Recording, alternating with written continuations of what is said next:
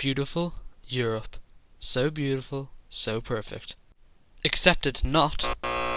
Here I've compiled a list of all the European countries and questions that I have for each of them, and we're going to be doing this alphabetically. So let's start off with Albania. Where did you get this from? I mean, look at it. It's incredible! The flag originates from the Roman Empire's banner, Aquila, and was first used by Prince Skanderberg in the year 1443 AD. He planted the flag above the fortress of Cluj in resistance of the Turks who ruled Albania at the time. And to be honest, this flag is awesome. Way better than the Romans' banner. It is by far my favourite flag out there.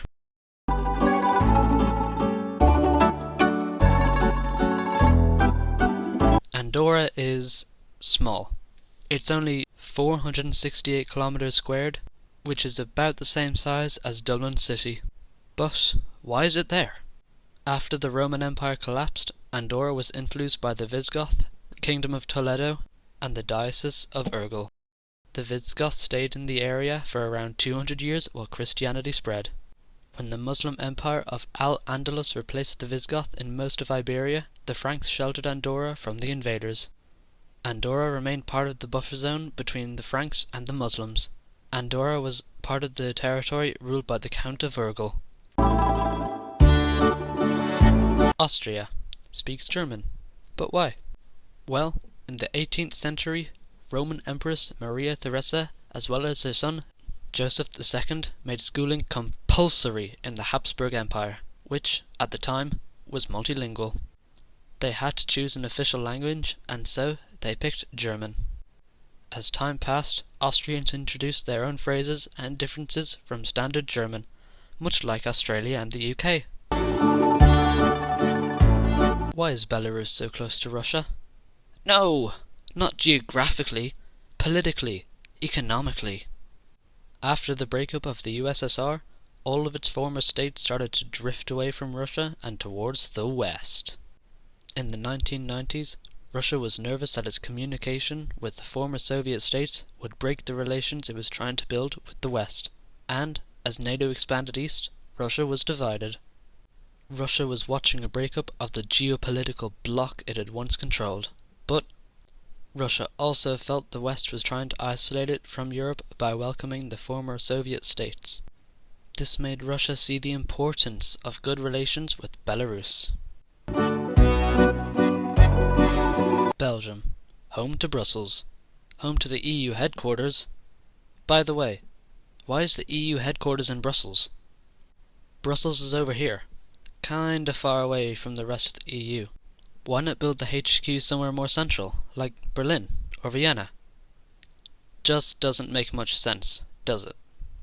Well, actually, it does. You see, Brussels is a good meeting point between France, Germany, and the UK. All three of these countries' rivalries played a role in starting World War I and World War II, and whose unification paved the way for European integration. Here's my question. It's Bosnia and Herzegovina. What's the "and" there for? The word Herzegovina means Herzog's land, and Herzog comes from the German word for duke. It originates from the title of a Bosnian man, Stjepan Vukić Kosača. When the Ottomans took over the region, they called it the Sanjak of Herzegovina. It was then introduced within the Bosnian Elish and the Herzegovinian Elish, which in the 1850s became known as Bosnia and Herzegovina.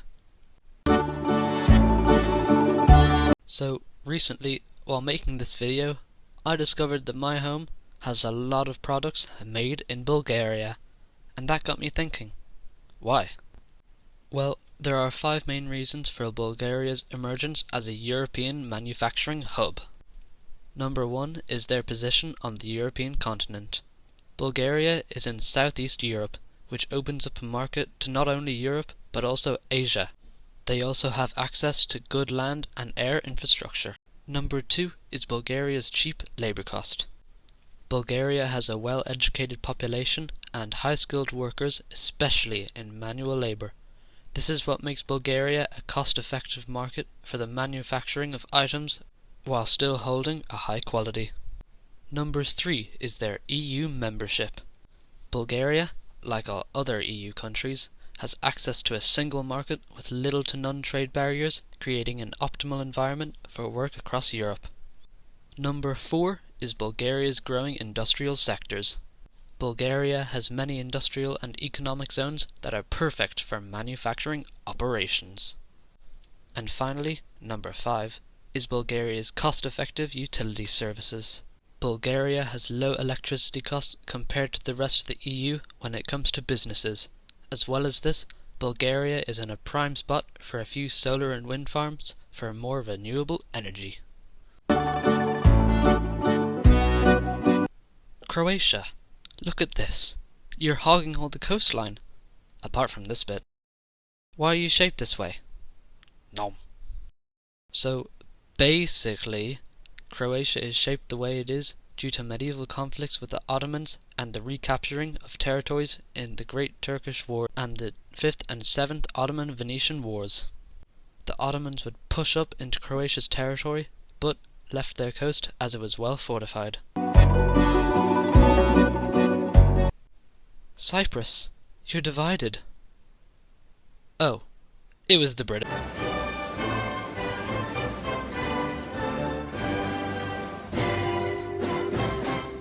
In 1878, Cyprus came under the control of the British. At the time, Cyprus' population was made up of Greek and Turk Cypriots.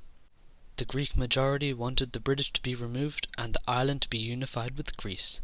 This is known as enosis.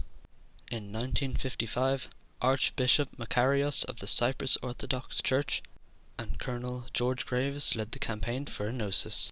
They wanted to do this by attacking government and military installations and personnel and by mobilizing civilians to protest against the British presence. A state of emergency was declared in 1955 and the British started to look for a solution. In March 1956, Makarios was exiled to the Seychelles. Alas, the state of emergency remained and the British troops began to arrive on the island. After a lot of fighting, an agreement was reached by Cyprus to become independent, but the British would keep 2 sovereign bases on the island. In 1960, Cyprus became a republic, but it was still full of violence between the Turk and Greek communities.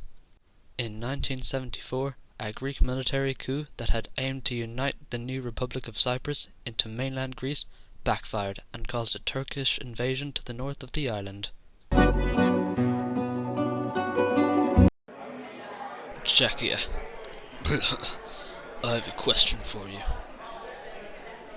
Why do you love beer so much? Czechia ranks number 1 in Europe for beer consumption. This is mainly due to the average price of beer across Czechia to be cheaper than water. Beer has been such an important part of Czechia's lifestyle that they have begun to implement it into their culture as a whole. The Danish flag is the oldest flag, but who used it first? The flag was acknowledged in 1219, that's more than 1,000 years ago, and is the oldest state flag in the world that is still used by an independent nation. The flag was used many times before Denmark officially adopted it as their own. It was used across Europe for crusades and was a similar red with a white cross.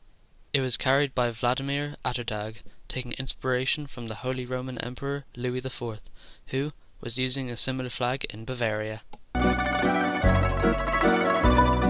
The Baltic sisters, like triplets, each similar from the outside but with their own separate personality. So why isn't there a Baltic Union? There are a few reasons that the Baltic states have not unified. Number 1. Each country has a unique history and national identity. Each country has a different language and culture that has evolved over hundreds of years.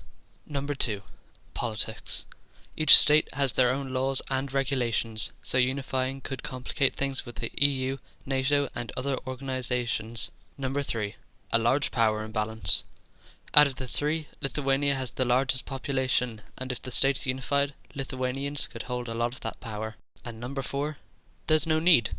Previous votes have shown that people living in Estonia, Latvia or Lithuania just don't want to unify with the others as they would like to keep their identity. From November to March, Finland is cold. Not chilly cold, but cold cold. And then, from December to February, it looks like this. So how is Finland the happiest country in the world, when any normal person would be tearing up over their heating bills? Finland has a very trusting population and society.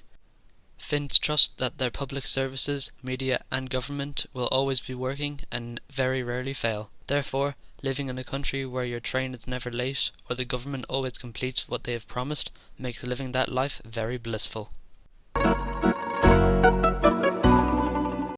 In 1887, engineer Gustave Eiffel's design for a monument to celebrate the centenary for the French Revolution was approved and finished in 1889.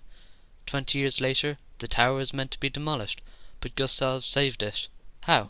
Gustave Eiffel gave the tower a scientific purpose of meteorological and astronomical observations, physics experiments, a strategic vantage point, an optical telegraph communications point, a beacon for electric lighting, and wind studies. The tower was used as a laboratory of measurements and scientific purposes. If you liked this video and want me to maybe make another in the future, please share, like and subscribe and tell me what you liked the most in the comments down below.